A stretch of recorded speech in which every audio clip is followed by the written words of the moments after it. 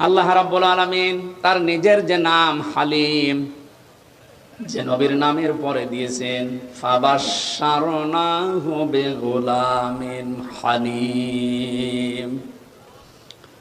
জাতির পিতা হযরত ইব্রাহিম নবী আলাইহিস সালাম আল্লাহর কাছে দোয়া করেছিলেন ৮০ অথবা ৯৯ বছর বয়সে, রব্বি হাবলি মিনাস সালিহিন, হে আল্লাহ তুমি আমাকে একটা নেককার সন্তান দান করো। আলেম যারা আছেন তাদেরকে খেয়াল করার জন্য বলছি, এখানে দুইটা শিক্ষা আছে। আমাদের জাতির পিতা হযরত ইব্রাহিম আলাইহিস সালাম আল্লাহর কাছে দোয়া করেছিলেন কয় বছর? ৮০ বছর। কয় বছর? অন্য বর্ণনায় আছে ৯৯ বছর পর্যন্ত। বিবাহের পর থেকে ৯৯ বছর পর্যন্ত উনি দোয়া করছেন রব্বি হাবলি মিনাস সালিহিন, হে আল্লাহ আমাকে একটা নেককার সন্তান দান করো। আল্লাহ রাব্বুল আলামিন